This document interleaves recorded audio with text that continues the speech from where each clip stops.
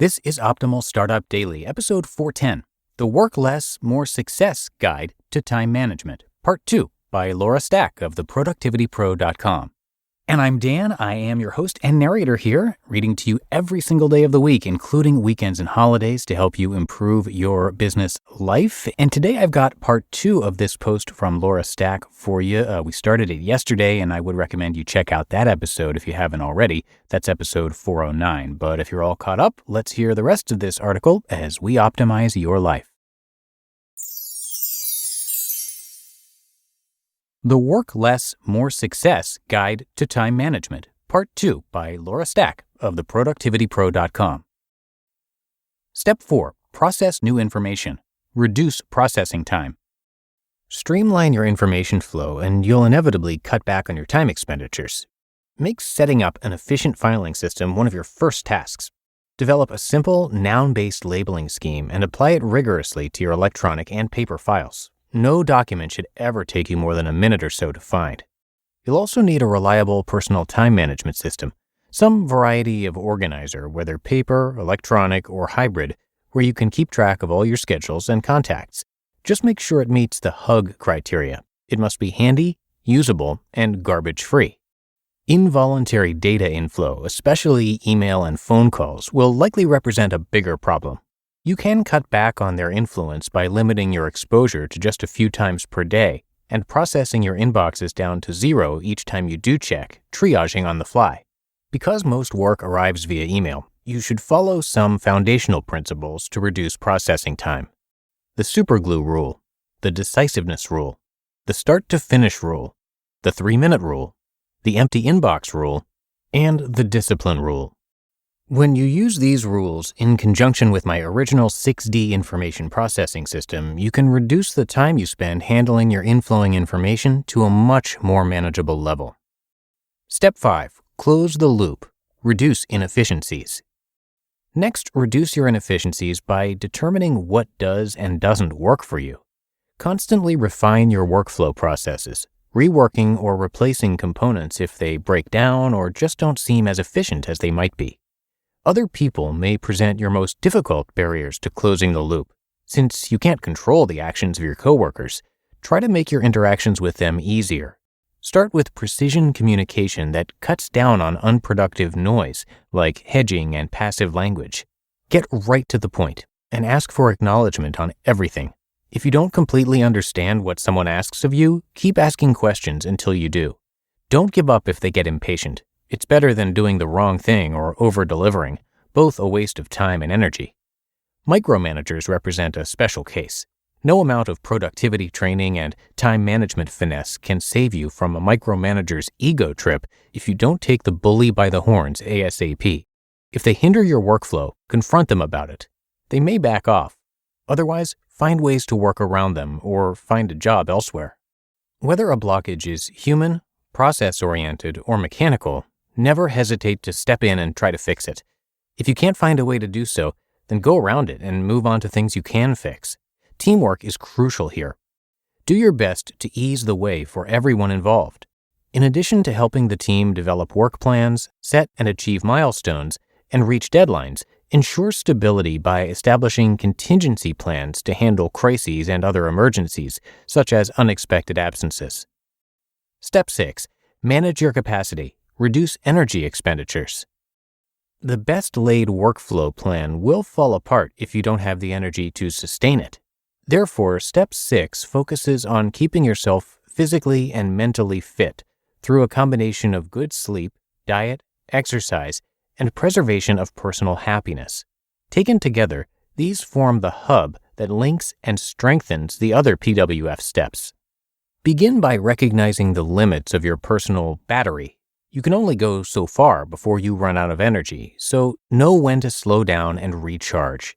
Don't skip your scheduled breaks, stretch breaks, meals, personal time, weekends, and vacations, or fatigue may eventually overwhelm you. You can't stay productive if you don't get good, restorative sleep every night. Like it or not, your muscles require rest, your body chemistry needs time to reset, and your subconscious mind has to process new information. Do your best to encourage sleep on a regular schedule by establishing a peaceful environment and avoid using your bedroom as an office. Excess weight will also drag you down, so keep an eye on your diet, focusing on portion control and energy-boosting foods. Pair that with regular exercise. This can include anything from subversive activities you can engage in while going about your normal workday, like taking the stairs rather than the elevator, to working out at the gym twice a week. Don't forget your mental health. If you can't maintain a high level of enthusiasm for your work, you can't stay at your productive best. Seek out happiness by making empowered choices, surrounding yourself with fun things, spending time with your family, doing nice things for people, cherishing yourself, and finding ways to laugh at adversity. All this will help you maintain a fresh, can-do attitude. Staying on top of your life. There's no doubt your career is important. You spend more than half of your waking life either working or preparing to, but you can't let it override everything else. For the sake of your mental and physical health, not to mention your friends and family, you've got to curb your workaholic tendencies.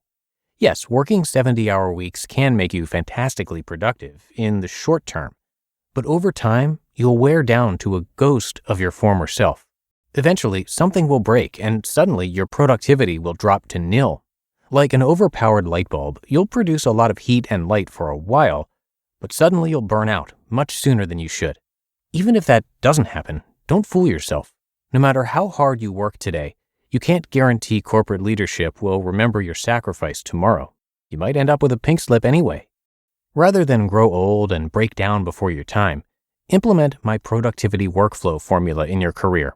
These 6 steps are logical, straightforward, and can help you reduce your workload to a reasonable level, resulting in a work-life balance you can live with over the long haul. Sure, hard work may be good for the soul, but moderation will keep you healthy. You just listened to the post titled, The Work Less, More Success Guide to Time Management, Part 2 by Laura Stack of theproductivitypro.com. Oh, that sound makes me smile. The sound of another sale at Shopify, which is more than an online store. It's a way to connect with your customers, drive sales, and manage your day-to-day. Scaling your business is a journey of endless possibility, and Shopify is here to help, giving entrepreneurs the resources once reserved for big business, so upstarts, startups, and established businesses alike can sell everywhere, synchronize online and in-person sales, and effortlessly stay informed. I love how Shopify has the tools and resources that make it easy for any business to succeed, from down the street to around the globe. Reach customers online and across social networks with an ever-growing suite of channel integrations and apps. Plus, gain insights as you grow, with detailed reporting of conversion rates, profit margins, and beyond. More than a store, Shopify grows with you. Go to shopify.com/OSD, that's all lowercase, for a free 14-day trial and get full access to Shopify's entire suite of features. Grow your business with Shopify today. Go to shopify.com/OSD right now. That's shopify.com/OSD.